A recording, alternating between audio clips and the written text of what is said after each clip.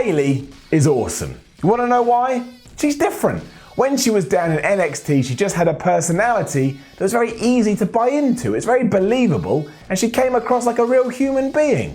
And sometimes wrestlers don't. Sometimes wrestlers come across like fake people. It's why kids especially loved her. She felt like your big sister who was going to come to your aid as soon as you needed it, even if she knew by doing that, she was going to get her ass whooped. Bayley was just easy to get behind. But for some reason, that's just not happening on the main roster. Why? Here's why.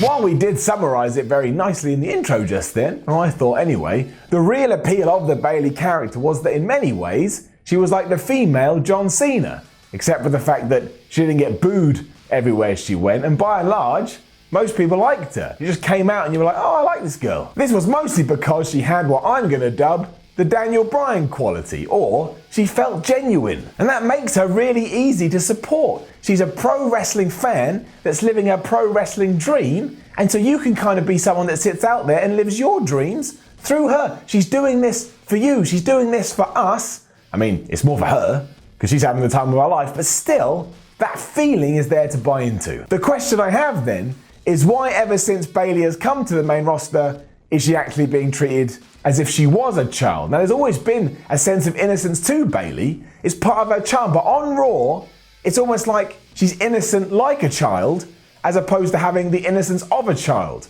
So you have to go and explain sex to her. She'd be like, whoa, you're blowing my mind. Where do babies come from? There's two different forms of innocence, and you've gone that way and used to go that way, you probably want to go back down that way. Now, maybe I've missed the point, but that is not the Bayley I remember who was down in NXT kicking Sasha Banks' ass in one of the best matches you ever saw on that brand. Sure, she always had a breezy nature to her, but when we got between those ropes, it was all business, and you could be like, man, that's a superstar right there. She's gonna go all the way to the top. And yet here we are, kinda almost a year since she debuted on Raw, and I haven't got a sense of that at all. Now, I don't have the numbers. I doubt anyone's going to give me the numbers, but from my vantage point, it doesn't seem as if WWE has actually tapped in to this child demographic either. So what is going on? A huge piece of evidence for this is the Raw the night after Payback when Bayley had lost her Women's Championship to Alexa Bliss.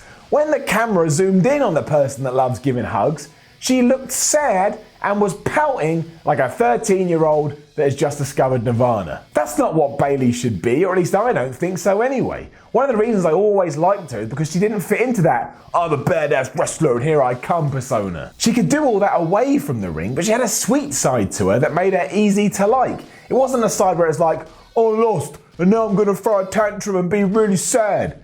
I don't even know what that is. It's not like I enjoy everything that comes along with all this either. Those Bayley inflatable wild buddies, or whatever they're called, scare the shit out of me. When they pop out the floor, I kind of hide behind my sofa in fear, but there's also evidence there that's a part of the problem. Every time these abominations did appear, the Raw commentary team would treat it as if we were at a birthday party and the birthday girl or boy had just received their cake. They would say, Bayley is having so much fun.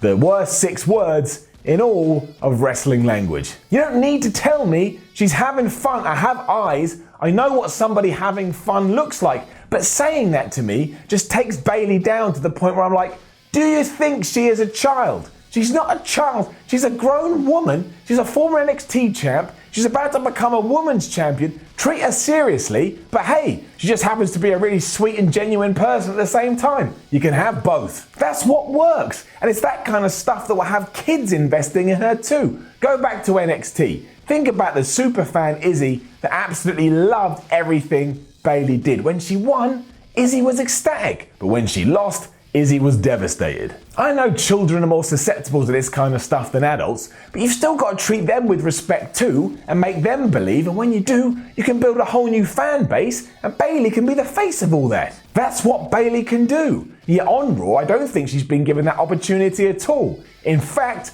I don't even really know, as I said, what her character is meant to be. All the hot-shotting of that title doesn't help, I can tell you that for free, but also, it doesn't feel like WWE in terms of their main roster plans are heading in the same direction as they were before.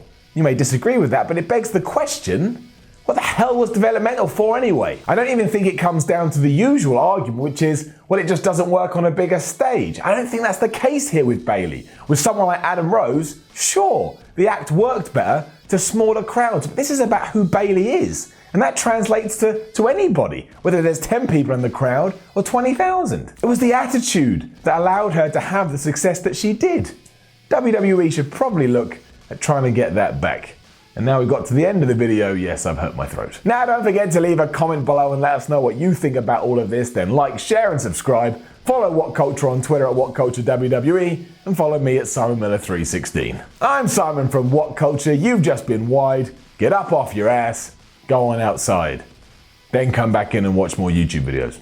It's time, once again, for everybody to buy a magazine, please. Yes, that's right, it's issue 5 of our wonderful magazine called Wrestling, and this one is an absolute belter. As you can see from the front cover, it features a massive career retrospective of the Olympic hero, Kurt Angle. Not only that, but it's got a how WWE should have booked the entire WrestleMania 32 card, written by this 6-foot streak of charisma. The bulk of the magazine is this huge top 100 greatest WrestleMania moments of all time list. Not just that, but you've got Shawn Michaels' crimes against wrestling. You've got the top 10 greatest wrestling managers of all time. You've got columns from Jim Cornette, Tom Pritchard, Shane Douglas, and an interview with the WCPW World Champion, Drew Galloway. Issue 5 of Wrestling will be released on April 10th. You can pre-order it now at shop.whatculture.com. Oh, and about our shop, we're currently in the process of moving all of our merch to a new premises. So shipping stuff like t-shirts, that may take a little bit longer. It doesn't apply to the magazines. Once you order a magazine, we will ship it straight away.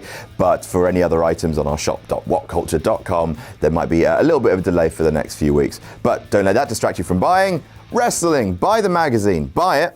Buy the magazine.